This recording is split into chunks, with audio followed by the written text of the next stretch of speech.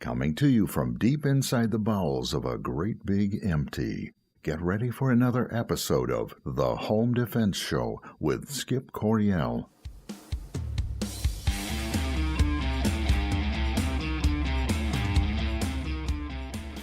Hello, American families. Welcome back to this week's episode of the Home Defense Show. I'm your host, Skip Coryell. And if you love your family, care about them deeply, and want to learn how to protect them in every facet of your life, then you've come to the right place. We have a great show for you today, and I know that you're going to love it. What do we have? Well, in segment 2, we have got Massad Ayoob. That's right, Massad Ayoob, the great one. He'll be speaking about what it's like in a murder trial inside the courtroom. He has served as an expert witness many, many times, successfully, I might add, and he is considered to be one of the nation's foremost authorities on judicious use of deadly force. I know that to be true because I took his class with that same title, and it was just awesome. Then in segment 3, we'll have Joel Fulton from Freedom Firearms in Battle Creek, Michigan, and Joel will be talking about his latest experience working as a consultant in none other than a murder trial. So between the two, you should get a pretty good idea of what happens in real life in the courtroom during a homicide trial. Okay, but before we get into all of that, let's talk about what is going on inside Skip's brain. That would be me inside my brain, my cerebellum, my cerebrum, all of those tiny little parts where the cogs and wheels are. What am I thinking? What's going on in my life? Well, hey, I love the summer. I love the 80-degree temperature we've been having. It's been fantastic. Humidity hasn't been too high. My garden is going berserk. I'm weeding. I'm picking cabbage. Tomorrow I have got to can cabbage and dehydrate cabbage. You know, for those of you who have never dried food before, you want to give it a try. It's a lot easier than canning with a pressure cooker. Take the cabbage, you slice it all up, put it in, about little 1-inch cubes, put it in your dehydrator, suck it dry, doesn't take a whole lot, and then store it in maybe a 5-gallon bucket or something. You can get a whole lot of cabbage inside a 5-gallon bucket. Now, obviously, you don't want to make sauerkraut out of that. What you're doing is that's for soups and stews, and you can use that for years as long as you keep the lid tight. Take out what you need for the following month, put it in 2-quart mason jar or 1-quart mason jar, and just use it that way, and it's just awesome. What else? Oh, I have to tell you, I have been having the cyber blues lately. On Monday, all 4 of my websites went down, so I've been struggling with the hosting provider to try and get them to fix that. So it has been 4 days without websites. The mere fact that you're listening to this tells me that they finally got it fixed. Drives me crazy when that happens. But hey, what are you going to do? Okay, there's a lot of stuff on the news today. Or actually, all week I've been seeing stuff on Drudge Report, BearingArms.com, all of these places. Crazy, bizarre stuff that I wanted to get into. So let's dive right into the news, and what do we have? Okay, first off, we are in Australia. Headline reads, "Lucky to be alive. Gruesome images show samurai sword attack injuries." And I got to tell you, folks, this is gruesome stuff from Rockingham, Australia. A police officer lost a liter of blood. I don't know how much that is. Half of a 2-liter bottle of Mountain Dew. That's all I know. That's a lot of blood. And received 25 stitches to his head after being attacked with a samurai sword on the job in Rockingham on Wednesday. I'm looking at the pictures right now, and it's this guy looks like Frankenstein. Okay, he's bald. He's got like a 4-inch gash on the top of his head. Looks like the guy came right down with a samurai sword, straight down on the top of his head. Guy's got 25 stitches there, plus a concussion because the sword hit him so hard. Thank God it wasn't a razor-sharp sword, or this guy'd be dead right now.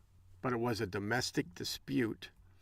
And this police officer, 55-year-old father of 4, lucky to be alive after the alleged attack. That is so funny, the way the media handles that. It was an alleged attack. Apparently, the 43 stitches are alleged stitches. They're not really there. We don't know if they're really there yet. The fact that there's a picture of them, there was definitely an attack, unless you want to think that this police officer did it to himself. But he had 25 stitches to sew this all up. Yeah, sustained a large gash and a fractured skull.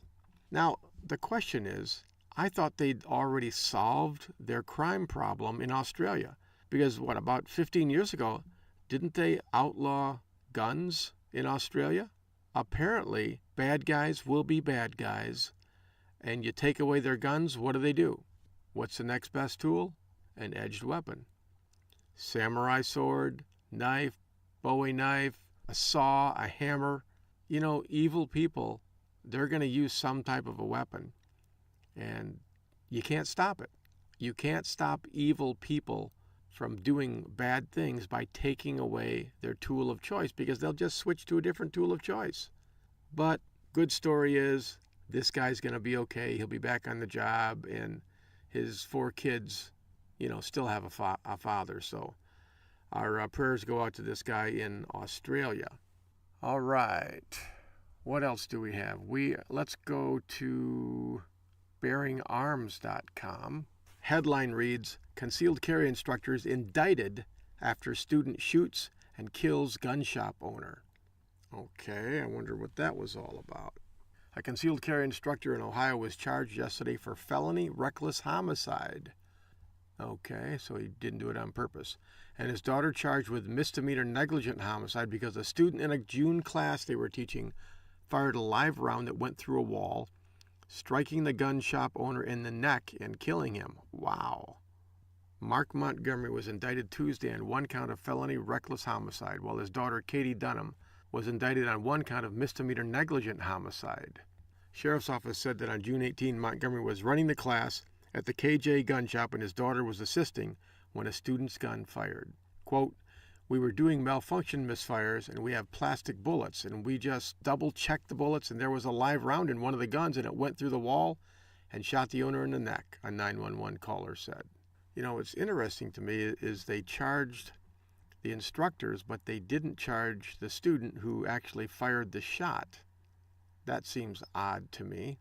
But what's the moral of this story, folks? All you instructors out there, do you have live ammo in the room? No, you don't have live ammo in the room. In the classroom setting, I don't hand guns to my students and say, okay, everyone pull out their gun now. We're going to do malfunction drills. That's not what I do. I reserve that for out on the firing range when we can do it in a controlled, safe environment where the rounds go downrange and not through a wall and kill someone. So remember that. No live ammo in the room, and you save those potentially dangerous aspects of training for out on the gun range where they belong.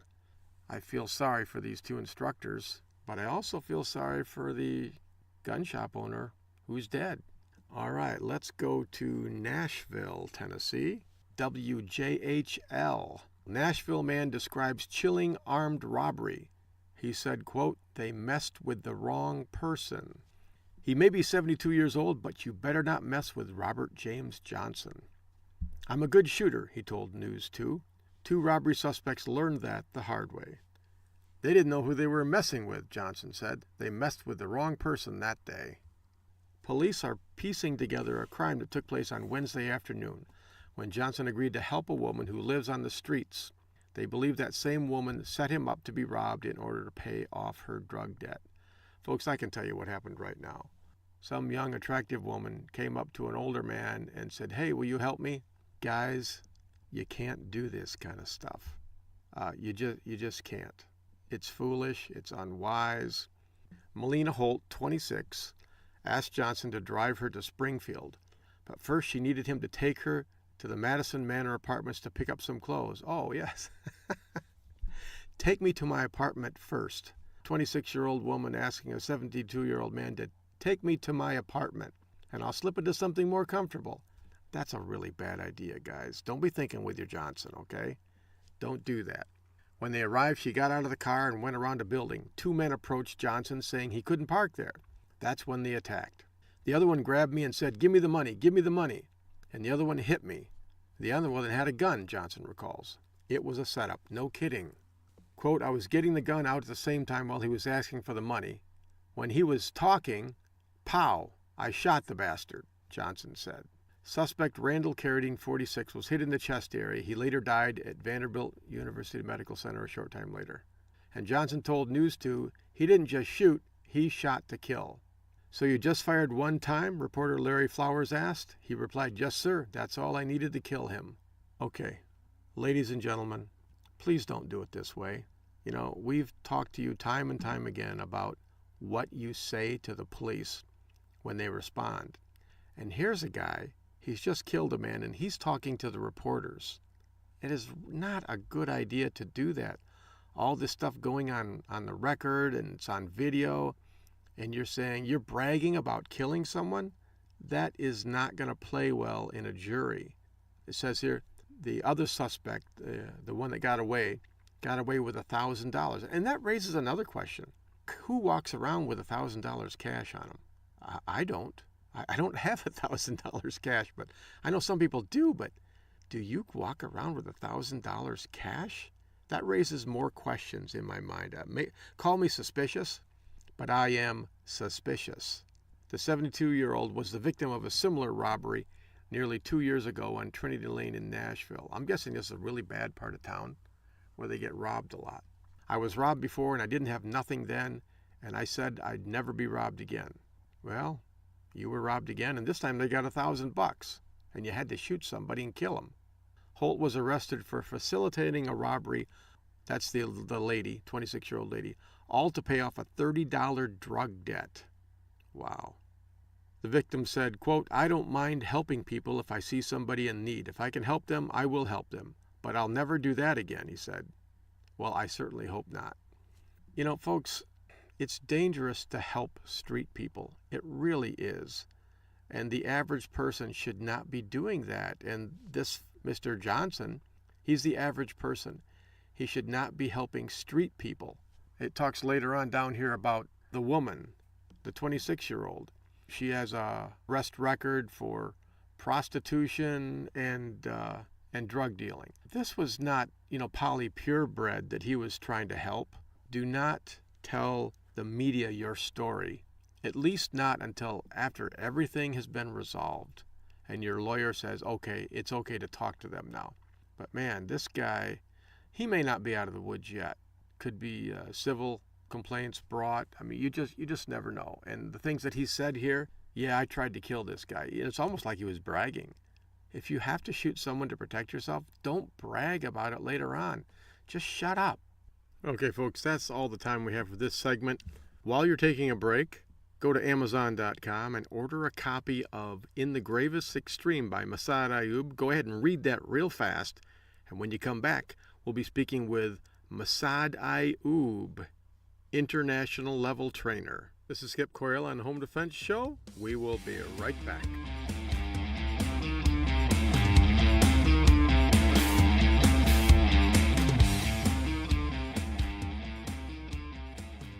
My name is CJ Coryell. Welcome to the Home Defense Show with my dad, Skip Coryell. Don't go nowhere. We'll be right back. This is Skip Coryell from the Home Defense Show, and I want you to have the very best handgun that money can buy. And that's why we recommend you visit Larry Jackson at Elite Firearms and Training. As a concealed carry instructor, I see people every week out on the range with guns they can't shoot properly because they didn't know what to buy. That will never happen at Elite Firearms and Training. Larry Jackson will personally fit you with your very own personal defense pistol. So call Larry Jackson today at 616-299-8715 or visit elitefirearms.us. This is Skip Coryell from the Home Defense Show, and I want to talk to you about keeping your kids safe around guns. I've never been a big fan of trigger locks, but I have to tell you, I have found a product called Child Safe One. It's a trigger blocker, not a trigger lock, and it works fantastic. I tried it out on my kids, and they could not get the Child Safe One off the training gun. I gave them 5 minutes. I sat there and I watched them, and they couldn't do it. Folks, I am satisfied, more than satisfied, that my kids are safe around Child Safe One. Here's the good thing about it. I can get that lock off the gun in under 2 seconds. but my kids can't even figure out how it works. Child Safe 1 is a win-win for everyone in the family. My wife's happy because she knows the guns are secure. My kids are happy because they're safe. And I'm happy because when the wolf comes a-knocking, I've got that gun cocked, locked, and ready to rock in less than 2 seconds. So go to globalgunsafety.com and get Child Safe 1 today. That's globalgunsafety.com. Check it out now and tell them the Home Defense Show sent you.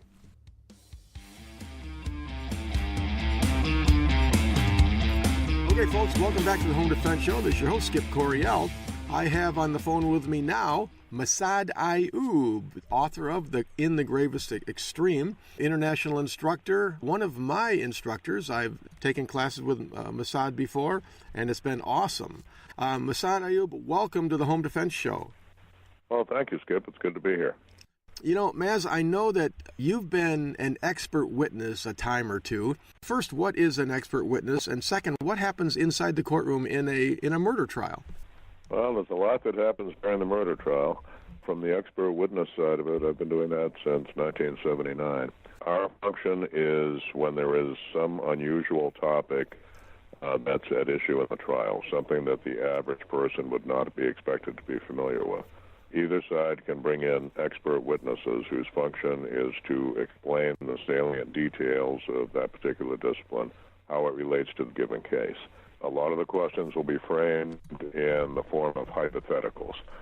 Now, we cannot come in and say this guy's innocent or this guy's guilty.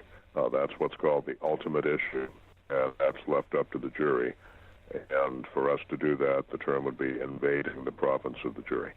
So they will give us a hypothetical question that will undoubtedly be very similar to the fact and evidence in the case at bar. And we'll be asked, at this point, what could you expect to happen? Or at this point, would this action be within the parameters of current training? In a self-defense shooting case, what it comes down to is we already know who killed Cock Robin. We want to know why the Sparrow did it, and the Sparrow is pleading self-defense. So, for example, some of the topics I'd speak to would be dynamics of violent encounters. If the defendant had not fired at the point where he did, how quickly could the other man have reached him and disarmed him? How quickly could the other man have reached him and stabbed him? How quickly could the other man have come up with a gun and shot him if he hadn't neutralized him? I'm wondering, are you normally called in by the defense lawyer or by the prosecution? For my specialty, normally by the defense. The reason is the prosecution would have experts in the same field that they could call on the local police department instructors, the instructors at the state academy, and they would simply request from the head of the academy or from the chief of police that this officer be assigned to testify. They would subpoena them if necessary. That comes out of the department budget or the academy budget, and the district attorney's office doesn't have to pay for it. Occasionally gone in for the prosecution, but when I get a call from the prosecutors, my first thought is, wait a minute, why aren't your local guys willing to testify what you want to testify to? And very often it'll turn out to be a political prosecution of a police officer or, some anti-gun entity has pushed for the prosecution of a citizen who shot someone in self-defense. Where I do speak for the prosecution is, for example, an officer has killed a cop killer, and somebody's suing over that. Someone from the same department to come in, it would be seen as, well, this is kind of tribal. I mean, the dead guy killed one of theirs, and someone from outside is seen as more impartial. On the civil lawsuit side of it, I've testified for both plaintiff and defense. Basically, my criterion is when the attorney calls, I tell them, look, you're going to need to pay me one day to non-refundable to review the discovery material, that is, the evidence that's already been given. If I believe your client's on the side of the angels, I'll take the case. If I don't, I won't. And I turn down, frankly, a whole lot more cases than I think. Well, actually, that's honorable. I'm glad that you do that, because I hate it when scumbags walk. Now, the kind of things that you testify, would it be like, for example, ballistics, or do the forensic guys do that kind of stuff? Well, the forensic guys, for the most part, would be doing, matching the rifling marks on the bullet to the gun to determine if it came from the same gun, that sort of thing. I testify primarily to training standards. Did the person act within what the courts call the mainstream of common custom and practice for dealing with this type of crisis? And the current shorthand for that in the courts is best practices. I would be testifying to dynamics of violent encounters. How quickly can an opponent deploy deadly force against the defendant? And had the defendant not shot him, how quickly and how likely would it have been that they would have killed him? I do a lot of reconstructing, based on the wound trajectory angles, etc., who was where when the shots were fired, that sort of thing. A lot of people don't have a real good picture of what happens in there. And I know there's a lot of things aren't allowed, as like according to rules of evidence or something. Can you talk about that a little bit so people know what that's about? Sure. The evidence that's going to be presented will be determined pre-trial in what's called motions in limine. And the balance test is probative value versus inflammatory potential. Probative value means, will this information actually help the jury sort out things that the layman would not be expected to know and help them come to a just conclusion in the case? Versus, no, Your Honor, they're introducing this to inflame the passions of the jury against my client. It has nothing whatsoever to do with the case at bar. A good example that a lot of you listeners can relate to is very often they'll try to say the defendant was so obsessed with guns he owned a giant arsenal of weapons, which, by the way, is your first indication that you're being BS, because an arsenal is where they're manufactured, an armory is where they're stored. Mm-hmm. So unless you have a Bridgeport lathe and a rifle broaching machine in your basement, you don't have an arsenal, you have an armory.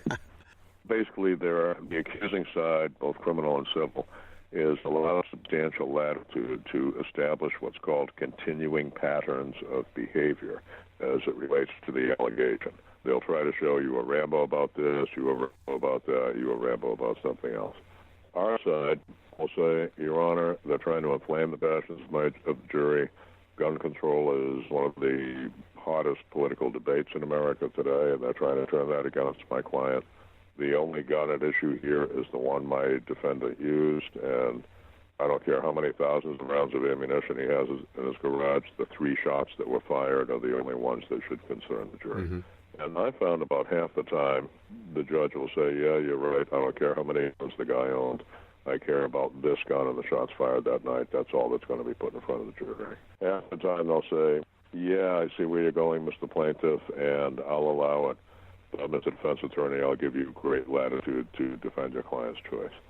And if that happens, it's not a problem. You can bring in someone from your state gun collectors association who will testify that, look, our members include a disproportionately high number of doctors, lawyers, PhDs, pillars of the community.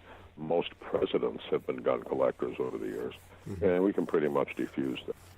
You don't see it in the black letter law when you look up, the .gov statutes. I'm trying to say, because you're a gun person, you're a bad person. Comes under trial strategy, which is a lot more amorphous, a lot more fungible, and doesn't seem to be taught in law school. It's something they learn on the job and in CLE, continuing legal education seminars, which I've done quite a few of over the years. Do you have advice that you can give to concealed carry holders? Are there things that they should or should not do, or guns they shouldn't carry? I mean, any advice that you can give them? Basically, the general public has been brainwashed to believe if you carry a gun, you must be looking for trouble. And you and I and your listeners know that it's just the opposite. Carrying a gun is not an accelerator, it's brakes. Every one of us has sometime been in a situation where the other guy cut us off in traffic, and the thought goes through your mind, I'd like to give this guy a finger and yell at him, but I can't because I'm carrying a gun. Those of us who carry are held to what the courts call a higher standard of care. We know a deadly weapon is present. We know that any fight we get into that escalates could reach a deadly force level. So we have a particular responsibility to keep that from happening. Insofar as the kind of guns you carry, don't carry guns with controversial names on them. Punisher skulls on your 1911 grips or the backplate of your Glock. The other side is going to use that to show you were a fantasy vigilante who finally acted out your sick bloodlust. Carry an ordinary common type gun. It's human nature to customize your weapons. The first Cro-Magnon probably personalized his club. What you want to avoid is deactivating a safety mechanism, for example, or removing a safety device like a magazine disconnector. The gun enthusiast understands why you take the disconnector out of, say, a Browning high power to speed up the reloads and the magazine drop and to improve the trigger. All the layperson is going to hear is, ladies and gentlemen of the jury, for you to come in with the manslaughter verdict we seek, we have to prove that this man was reckless with his gun and someone died. We'll prove to you he deactivates the safety devices on lethal weapon. And now they're trying to paint you as an arrogant SOB who marches to his own drummer and doesn't care about anybody else. And now your defense is you know more about the Browning high-power pistol than John Moses Browning and Diudan Zaev, who designed it, and all the NATO countries that have adopted it since 1935. You're playing right into their hands. Mm-hmm. So if your gun has a safety element you don't like, the grip safety in a 1911, the mag disconnector on the Browning, buy a pistol that didn't have it to begin with, and that argument will never come up. The big one that I've seen cause more problems than all the other issues about the gun combined is the so-called hair trigger. If the trigger pull has been lightened below manufacturer recommended specification for a duty gun, that is a gun that's going to be used under stress, the other side is going to argue that that was reckless and negligent in and of itself and that you accidentally shot him.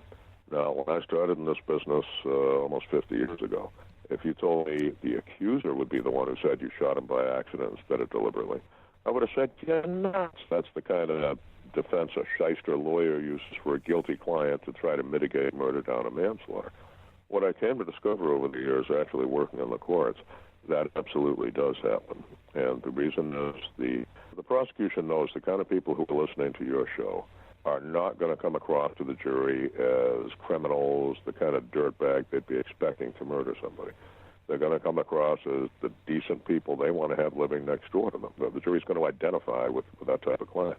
And to convince them that that type of client could turn into Hannibal Lecter and commit malicious murder is pretty close to trying to convince the jurors they could turn into Hannibal Lecter, and that's a pretty tough sell. But now, if they change the charge to manslaughter, all they have to say is, well, gentlemen of the jury, all I got to do is prove to you that for 1 second this person was careless and reckless and did something stupid. Pretty much every one of us in the world at some time in our life have been careless, reckless, and done something stupid, so it's a much easier sell. The civil lawsuit side, they'll use the same hair trigger attack, but for a different reason. A civil lawsuit, they're looking for deep pockets. They're looking for lots of money.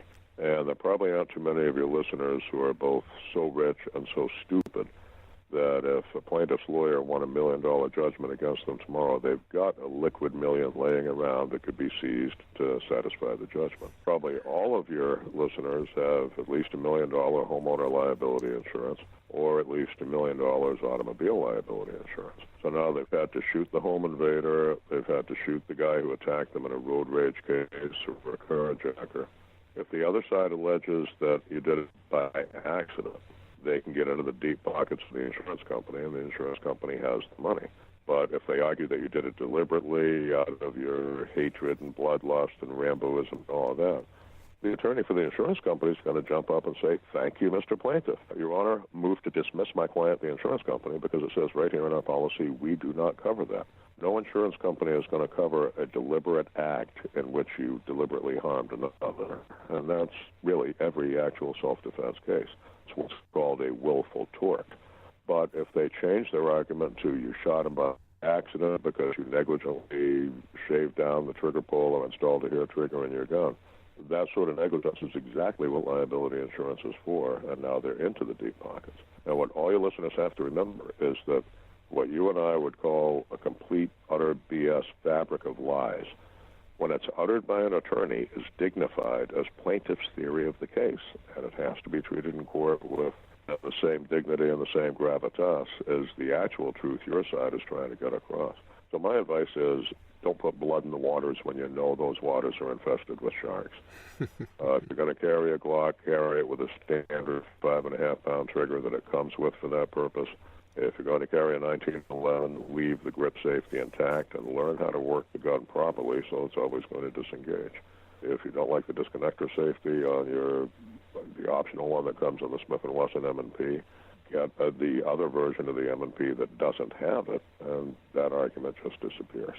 Massad, we're about out of time for this segment, but before you go, will you tell people how they can learn more about you, how they can take your classes, anything that you're involved with? Sure. We do classes around the country for armed citizens, 20 to 40-hour programs. To see where we are and what we do, our website is MassadAyoobGroup.com. That's MASSADAYOOB Group.com. I highly recommend massage classes. They are just awesome. Maz, thank you very much for coming on the show today. Thank you for all the good public education you're doing there. All right, this is Skip Coriel on the Home Defense Show. Don't go anywhere. We will be right back.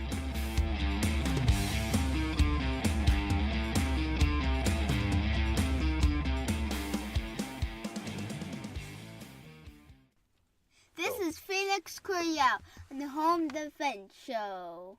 Always use guns safely and wisely. Stay tuned. We'll be right back.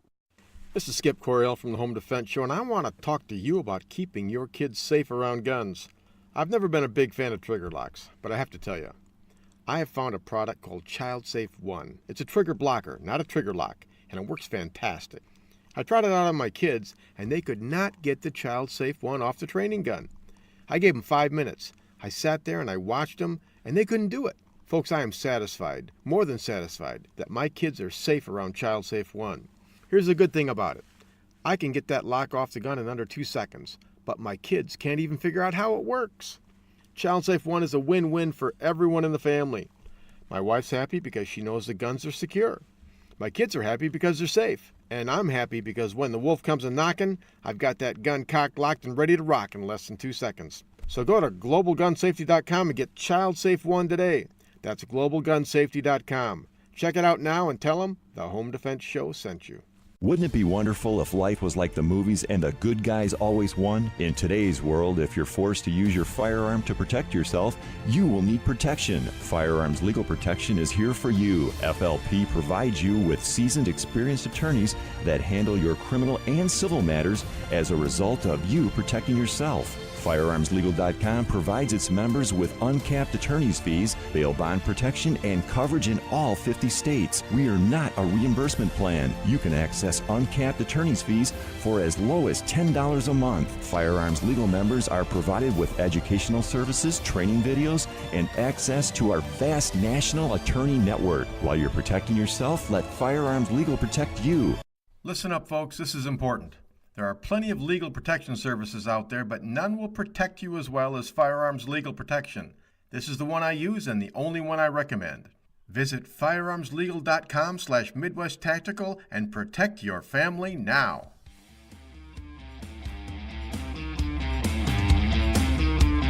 Okay, folks, welcome back to the Home Defense Show. This is your host, Skip Coriel. Segment 2, wasn't that great? We know all about expert witnesses. Actually, on the phone today, I have a firearms expert who just came off a courtroom situation where he was an expert witness. Joel Fulton from Freedom Firearms, welcome to the Home Defense Show. Thanks, Skip. Great to be with you again.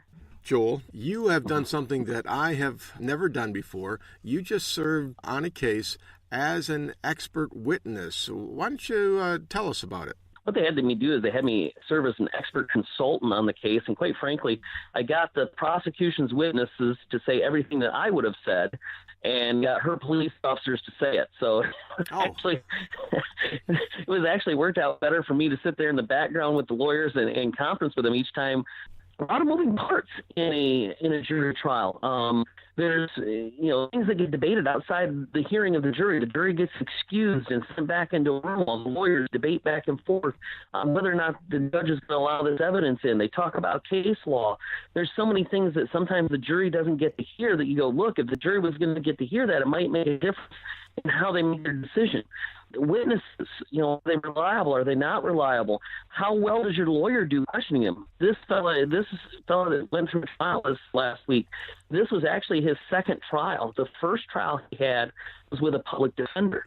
It took them the morning of the trial, in the first trial, to seat the jury. They then took testimony from noon of that day till noon the following day. So one total day of testimony, same number of witnesses this trial as it was last trial, and the first trial took 1 day of testimony, and then the jury got sent back for deliberations. The jury took 2.5 days in the first trial deliberating and finally hung themselves. So, Joel, go ahead and tell us the story. How did this man actually get in trouble? What happened to him? In this whole thing, in this whole altercation, he ended up going over to his mother's house because his stepfather was in town. His stepfather had a big hand in raising him. His stepfather was in town because that day his younger son, who's 23 years old, still living at home with his mother, gangbanger, selling drugs, smoking marijuana, and whatever other drugs he might be involved with, won't allow his mother up in his room, was just getting home from court because he pled to unarmed robbery. He pled to unarmed robbery because the police couldn't find the gun and they couldn't get him charged. They charged him with armed robbery but couldn't get him convicted of it. So he pled to the unarmed robbery and got 2 years worth of probation. So everybody's happy that he, quote unquote, beat the rap, as his girlfriend put it in her trial testimony. And Richard, the older brother, who's like 16 years older than this brother and has acted like a father to him in a lot of ways, said, look, you need to use this as a second chance. And after all the niceties, and his stepfather bragged on him and how wonderful Richard is, the older brother, because he's got a wife and 3 small kids, and he's bought a house. He's in Clinton Township over in Macomb County, got out of Detroit and all this. And Jermaine's just hanging his head and getting angrier and angrier because here's his father bragging on somebody who's not even his own blood. Mm-hmm. And then all of a sudden this conversation turns toward Jermaine. Jermaine, who's the younger brother, the 23-year-old. Jermaine, he starts talking about getting his car fixed. And Richard, just without even thinking twice about it, says, what are you going to do that for? You have a suspended driver's license. You get it fixed. You're going to want to drive it. You pulled over. You violate your probation. And then you're going right back to jail. And we're right back at square one. Why would you do something stupid like that? Well, that set Jermaine off. And Richard realized what he did. He said, whoops, time for me to go. It's 3 o'clock. I got to go pick up my son from school. I've got a 50-minute drive over to, Clinton Township. So he goes over to pick up his 2-year-old little girl who he has with him. He has his 2-year-old girl with him, which is unusual because he doesn't like the lifestyle of his brother, but his wife had just had a baby the day before. So he got the 2-year-old little girl with him. And he goes over to pick her up. Jermaine comes and bum rushes him from behind. As soon as he catches it out of the corner of his eye, he doesn't know what Jermaine's doing. He doesn't know if he's seen Jermaine be violent with family members before. He's seen Jermaine chase people out of the house with a gun before. He's instantaneously scared because he'd never seen him this angry before. So he grabs a hold of his firearm and draws his firearm and spins to face his brother, and he sees his brother's hands, and they're just balled up in fists. So he replaces his firearm back in its holster. Okay. At this point, Jermaine gets super angry. I mean, he is beyond enraged at this point and starts hurling all sorts of expletives along with those expletives. You ain't no gangster. You ain't going to kill nobody. I'm going up to my room. I'm getting my gun. I'm going to kill you. Wow. At this point, there's 4 women in the house, and they're trying to hold Jermaine back. And the stepfather has kind of got his hands basically on Richard's arm and going, let's just get Jermaine under control and try and defuse this. Mm-hmm. At this point, his daughter's trying. He can't tell exactly where his daughter's at. Jermaine ends up breaking loose from the women, shoves the women to the side, shoves his girlfriend. She heads upstairs, and he pushes his mother into the kitchen. And his mother's like almost 60 years old. He's shoving his mother around. Mm-hmm. And then he comes flying at Richard, and it's only a couple steps. It's a really small bungalow house, about 900 square feet total. Richard's stepfather has a hold of his arms, holding on to him. Jermaine sucker punches him so hard in the left side of the face, leaves a gash about 1.5 inches long in his face. Wow. So hits him really, really hard. Now, Jermaine is about 5'11", weighs 160 pounds, and he's lean and mean, to be honest. Mm-hmm. And he's pumped up on whatever drugs he's got in his system. Richard is 6'2" and about 230. So not a little guy, but not, he's almost 40 years old. And frankly, if you're not exercising a lot and you're doing sedentary work, you may not be as athletic as you once were. So he's not dazed senseless, and he can feel his brother going toward his gun again. So he gets to the gun first, grabs his gun, Springfield XDM 45, grabs a hold of it, and in the confusion somewhere, he ends up cutting a shot off downstairs. Okay. At this point, Jermaine is headed upstairs to his room. There's a flight of 10 stairs up and then 3 steps to the left. Everybody else has fled the house at this point except for the girlfriend who went upstairs. And this is where Jermaine keeps his gun. He's going to reach for his gun. Richard believes he's going to get his gun. Richard's at the base of the stairs. He sees his brother reaching, and he fires off 2 more shots. One shot catches his brother in the side, in the lower abdomen on his left side, goes from left to right, catches the lower lobe of the liver and severs the aorta. The other shot fired, hits the post at the top of the stairs, deflects, and hits his brother in the left scapula. So just basically right under the armpit. There's sudden rapid loss of blood pressure. He just doesn't survive it. At that point, the girlfriend screaming, Brielle, Jermaine's girlfriend, yelling, screaming. Richard goes to the top of the stairs, sees his brother's in really bad shape, and immediately dials 911. It takes the girlfriend about 2.5 to 3 minutes to dial 911. Richard ends up going outside the house and leaving the immediate scene. His mother comes in and finds his younger brother at the top of the stairs and immediately starts applying pressure to wounds. Brielle is not doing anything other than running around and screaming. As the police arrive on the scene, he's obviously described himself. They approach him. He's fully cooperative. The police even testify on the stand. He was fully cooperative. He ends up making a statement. He says on 911, my brother attacked me and I shot him. He says he hit me and I shot him. Well, when you make statements like that and you're in a state of shock and basically they're going, okay, so your brother hit you and then you shot him, they look at that as a disparity of force. Right. He should have said nothing. If he'd been able to describe the entirety of the situation, the totality of the circumstances, might have been a different story. The other problem they had was the police searched and never found a gun. Securing the scene is important. The conclusion the jury came to, they didn't care if the police found a gun, didn't find a gun, do we know where the gun went? That was not important to them. They could not separate the incidences. In other words, they felt like the first time that Richard pulled his firearm out, that he pulled it out before there was actual imminence. In other words, he was not yet in imminent danger. Yeah. And because he pulled that firearm out the first time, even though he reholstered it, which under the law, in my mind, is a visual act of making peace. Mm-hmm. That's a separate incident. Then when the other individual becomes the aggressor, now the original aggressor in the separate incident still has a right to defend themselves. And the jury just couldn't see it. They saw it all as one continuous incident. They saw it that he pulled that firearm out, and that's what escalated everything. If he had not done that originally, then perhaps this would have had a different outcome. And they just couldn't get past that. This trial took 1.5 days to seat a jury, 2.5 days for the trial testimony. On a Friday morning, they got jury instructions, had the deliberation started at 10:10, and by 1:40 in the afternoon, they came back with a unanimous verdict of guilty of the charge of manslaughter. They even said afterward that if there was something lesser than manslaughter, they probably would have gone with a lesser charge than manslaughter. But he also got felony firearm because he used a firearm now in the commission of a felony. That's an automatic 2 years, has to be served consecutively. It can't be concurrent.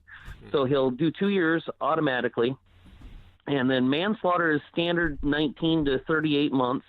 The lawyers believe that they can get the judge to go outside the sentencing guidelines and maybe get it reduced by 12 months. So it'd be 7 to 26 months is what they'll ask for. That would make him eligible for probation. But in his case, again, he's a foreign citizen. It doesn't matter. The moment he's done with his time, probation, whatever, he gets deported back. Wow. That's a real-life situation, and it was one minor detail. All it was he just drew his firearm too soon. And how do you know when too soon is? Yeah. Well, you don't know till afterwards. He was the picture of poise and strength afterward. He remained strong. I actually walked him through everything. I took him down, got his DNA swabs done. I took him over to probation. One of the things he said, I know that this is in God's hands. I know God has control here. He said, there's souls that probably need to be saved in prison, so that's what I'm going to do. Wow. He's going to need that good attitude while he's in prison. So, Joel, we're out of time now, but thank you very much for sharing that story and taking us behind the scenes, because a lot of people, well, most people actually, don't really know what goes on inside a courtroom. So thank you. Your insight was excellent, and we appreciate hearing your story. It's great to be here again, Skip. Thank you. All right. Okay, we're going to break now for a couple of minutes. What I want you to do while I'm gone is just go out, run about 3 or 4 wind sprints, and then drop down, give me about 50 push-ups, run and take a quick cold shower. You have 2 minutes to do all of that. When you come back, we're going to do the wrap-up in segment 4. This is Skip Coryell on the Home Defense Show. We will be right back.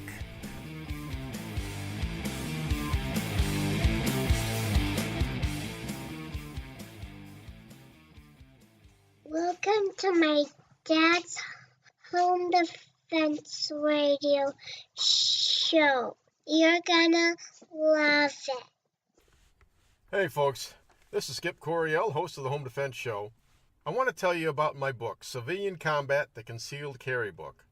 More and more people across the country are seeing the dangers in society and deciding to carry concealed to protect themselves and their families. My new book lays it out step by step. It'll teach you how to protect and defend the ones you love. Get the benefit of 17 years of teaching experience and a lifetime of training for this important role in society and in your family. You can get Civilian Combat real easy. Just go to Amazon.com, search on Skip Coryell Civilian Combat, it'll pop right up there.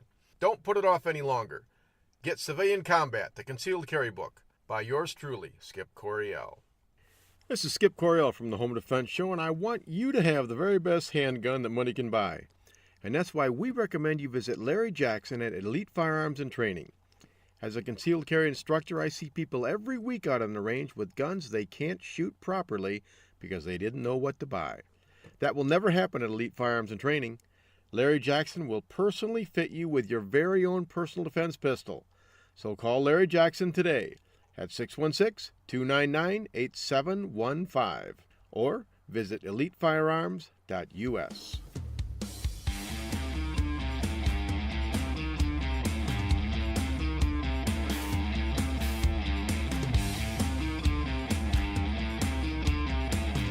All right, folks, welcome back to the Home Defense Show. This is your host, Skip Coryell. Wow, wasn't that great? Those last two segments, segment 2 with Massad Ayoob, that guy is awesome. That guy has forgotten more than I will ever know about firearms and personal defense and the legal system. Incredible. And Joel Fulton, that guy could talk the ears off an elephant, I tell you. Little behind-the-scenes knowledge here. A little bit of info. Joel, he's a good friend of mine. The interview that we did, I told him we need 13 minutes. He talked for 26 minutes, and that's with me trying to hurry him up. You know, the guy, he's a little bit like Ted Nugent. When you interview him, all you got to do is say, "Welcome to the Home Defense Show," and then just let him talk. And they just talk, and then you tell them when it's time to shut up, and they do it. But he's got good information, and he's so excited. Joel is excited all the time about everything, home defense, personal defense, very passionate. And Massad Ayoob is just incredibly informed. The guy has been around the block a few times. This is not his first rodeo.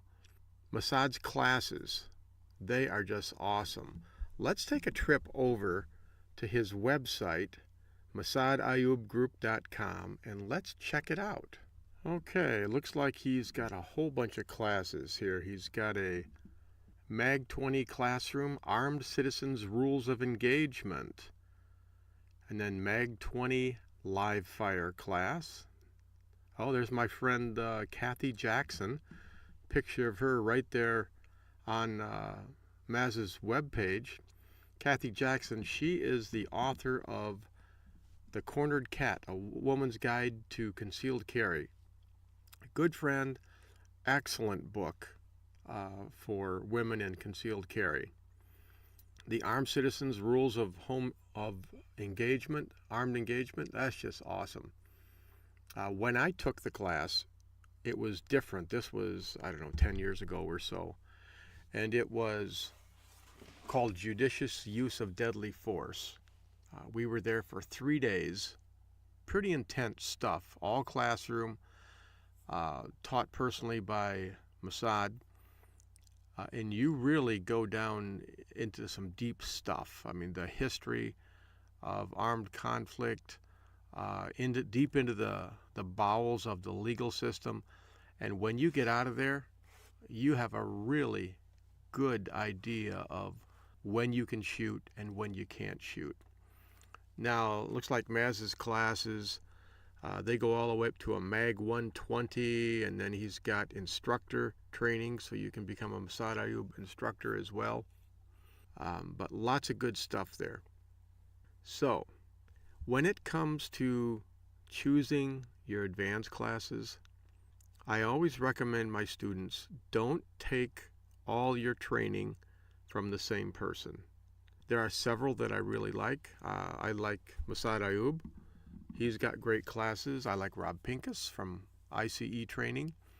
I like Dave Spalding from Handgun Combatives. I have not taken any Gabe Suarez classes from Suarez International yet. We've had him on the show several times. I like a lot of what he's saying, and I would like to take his training just to see what it's like. But the reason I don't want you to take all your training from one individual or one company is because I want you to get a balanced education. And you can't, when you take all your classes from one person, all you learn is what that one person knows. So you're limiting yourself. And you're not getting different perspectives either. So I want you to, take it from 3 or 4 different people. There's all kinds of great training sites out there. You've got, Front Sight, you've got Gun Sight, you've got Thunder Ranch, and the ones that I've already mentioned. Those are all great sources of training. So take as many as you can afford. Now, a lot of people, they don't take advanced classes, especially these national level classes, simply because they're afraid. They're intimidated. They've had their basic CPL class, but then they're afraid to go to the next level because, well, quite frankly, these guys that I've mentioned, they are a little intimidating. I mean, you see them on television or you hear them on the radio, and it's like you just can't quite bring yourself to do it, or getting up in front of 20 people and being compared to the person next to you. If that is you, what I recommend is go ahead and take one of my classes to start out with. I've got 3 different levels of classes. I've got, first we do the basic CPL class, which you've probably had already. If you haven't, definitely get that out of the way and get your concealed pistol license. Then I have mine broken into 3 levels. Level 1 is beyond basic CPL. And in that class, we'll go ahead and we'll draw from concealment.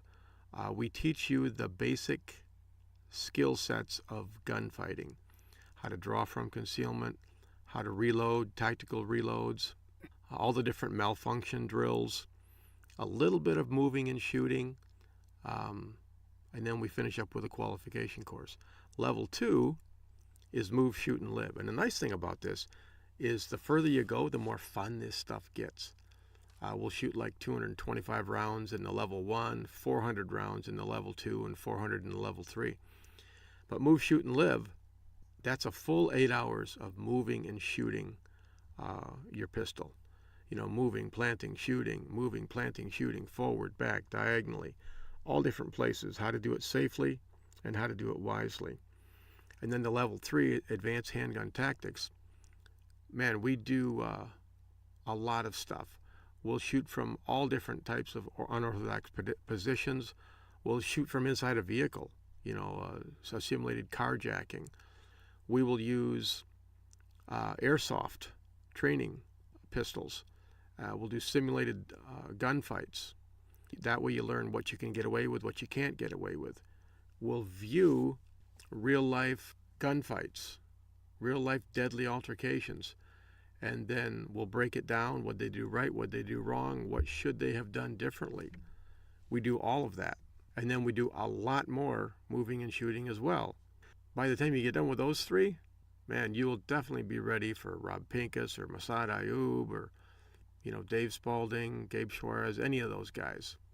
You may ask, why does Skip Coryell keep harping about training all the time?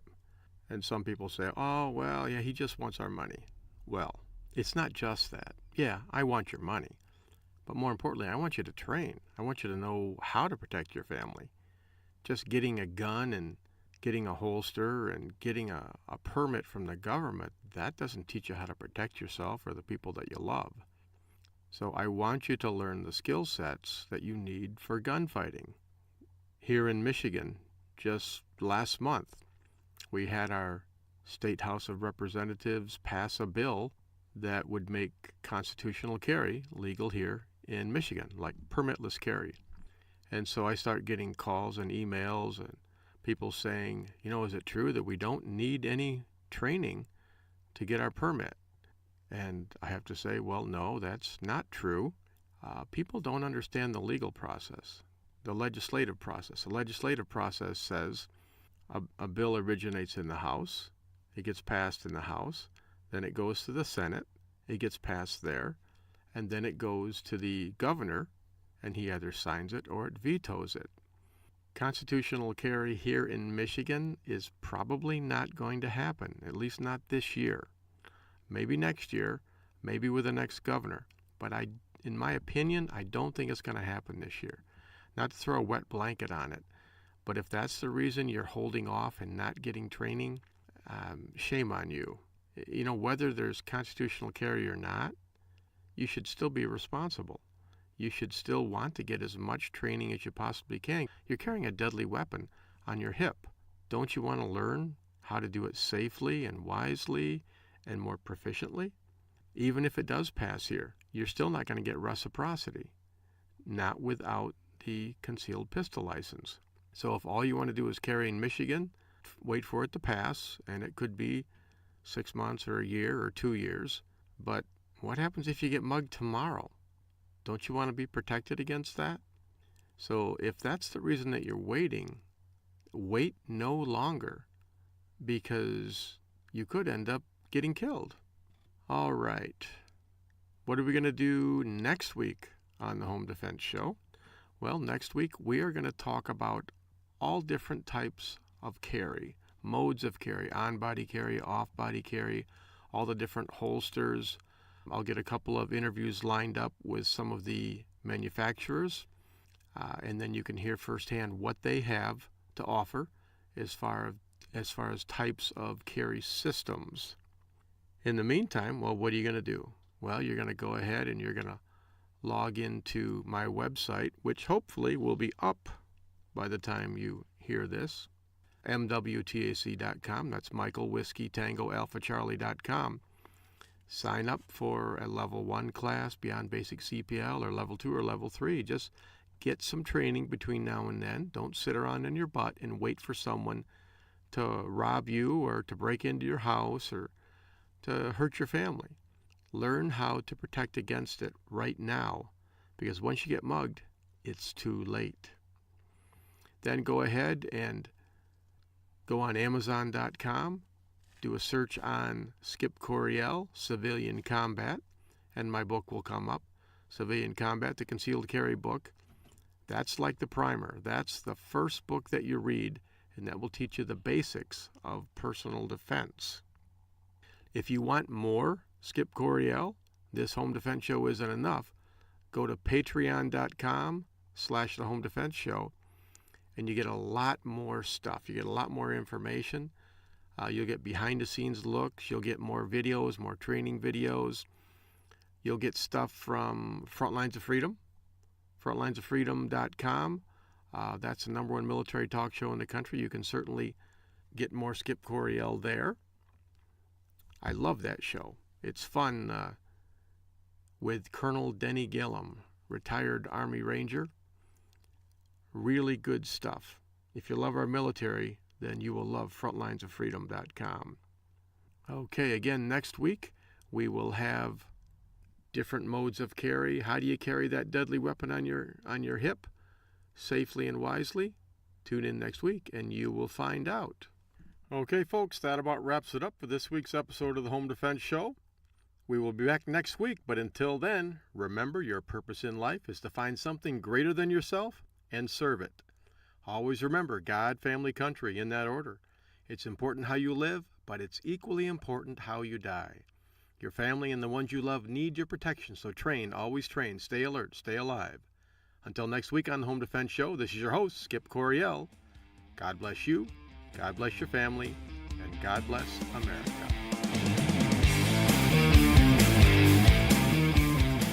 Thank you for joining us this week on The Home Defense Show. Now, get out there and protect the ones you love. We'll see you next week with more of the best in home defense. Bye-bye, boys! Have fun storming the castle!